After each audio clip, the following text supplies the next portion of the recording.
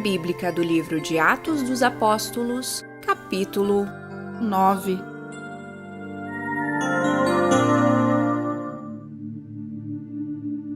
Enquanto isso, Saulo ainda respirava ameaças de morte contra os discípulos do Senhor. Dirigindo-se ao sumo sacerdote, pediu-lhe cartas para as sinagogas de Damasco, de maneira que, caso encontrasse ali homens ou mulheres que pertencessem ao caminho, pudesse levá-los presos para Jerusalém. Em sua viagem, quando se aproximava de Damasco, de repente, brilhou ao seu redor uma luz vinda do céu. Ele caiu por terra e ouviu uma voz que lhe dizia: Saulo, Saulo, por que você me persegue? Quem és tu, Senhor? Ele respondeu: Eu sou Jesus, a quem você persegue. Levante-se, entre na cidade. Alguém dirá o que você deve fazer.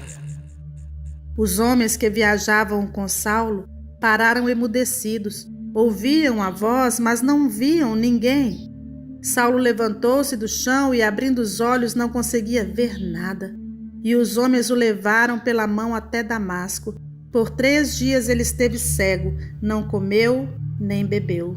Em Damasco havia um discípulo chamado Ananias. O Senhor o chamou numa visão. Ananias, Eis-me aqui, Senhor. O Senhor lhe disse: vá à casa de Judas, na rua chamada Direita, e pergunte por um homem de Tarso chamado Saulo. Ele está orando. Numa visão, viu um homem chamado Ananias chegar e impor-lhe as mãos para que voltasse a ver. Respondeu Ananias: Senhor, tenho ouvido muita coisa a respeito deste homem e de todo o mal que ele tem feito aos teus santos em Jerusalém. Ele chegou aqui com autorização dos chefes dos sacerdotes para prender todos os que invocam o teu nome. Mas o Senhor disse a Ananias: Vá, este homem é meu instrumento escolhido para levar o meu nome perante os gentios, seus reis, e perante o povo de Israel. Mostrarei a ele o quanto deve sofrer pelo meu nome. Então Ananias foi, entrou na casa, pôs as mãos sobre Saulo e disse: Irmão Saulo, o Senhor Jesus, que lhe apareceu no caminho por onde você vinha, enviou-me para que você volte a ver e seja cheio do Espírito Santo. Imediatamente, algo como escamas caiu dos olhos de Saulo e ele passou a ver novamente.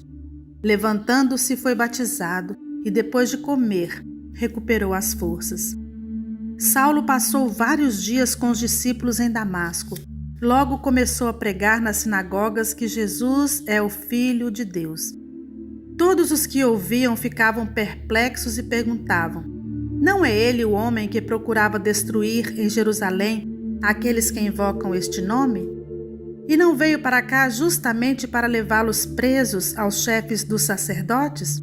Todavia, Saulo se fortalecia cada vez mais e confundia os judeus que viviam em Damasco, demonstrando que Jesus é o Cristo. Decorridos muitos dias, os judeus decidiram de comum acordo matá-lo. Mas Saulo ficou sabendo do plano deles. Dia e noite eles vigiavam as portas da cidade a fim de matá-lo.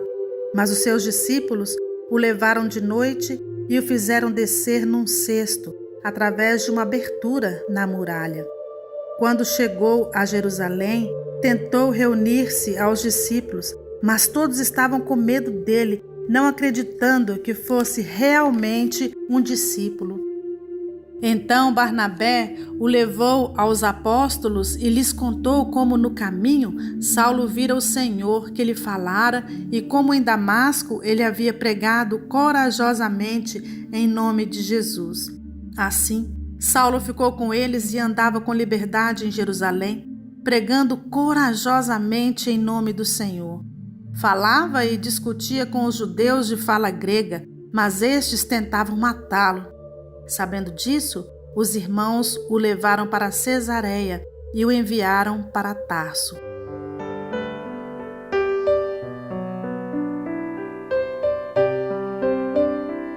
A igreja passava por um período de paz em toda a Judéia, Galiléia e Samaria. ela se edificava e, encorajada pelo Espírito Santo, crescia em número, vivendo no temor do Senhor. Viajando por toda parte, Pedro foi visitar os santos que viviam em Lida. Ali, encontrou um paralítico chamado Enéas, que estava acamado fazia 8 anos. Disse-lhe Pedro: Enéas, Jesus Cristo vai curá-lo. Levante-se e arrume a sua cama. Ele se levantou imediatamente. Todos os que viviam em Lida e Sarona o viram e se converteram ao Senhor. Em Jope havia uma discípula chamada Tabita, que em grego é Dorcas, que se dedicava a praticar boas obras e dar esmolas. Naqueles dias ela ficou doente e morreu, e seu corpo foi lavado e colocado num quarto do andar superior. Lida ficava perto de Jope, e quando os discípulos ouviram falar que Pedro estava em Lida, mandaram-lhe 2 homens dizer-lhe: Não se demore em vir até nós.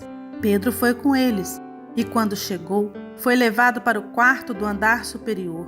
Todas as viúvas o rodearam chorando e mostrando-lhe os vestidos e outras roupas que Dorcas tinha feito quando ainda estava com elas. Pedro mandou que todos saíssem do quarto. Depois ajoelhou-se e orou. Voltando-se para a mulher morta, disse: Tabita, levante-se. Ela abriu os olhos e, vendo Pedro, sentou-se. Tomando-a pela mão, ajudou-a a pôr-se em pé. Então, chamando os santos e as viúvas, apresentou-a viva. Este fato se tornou conhecido em toda a cidade de Jope e muitos creram no Senhor. Pedro ficou em Jope durante algum tempo com um curtidor de couro chamado Simão.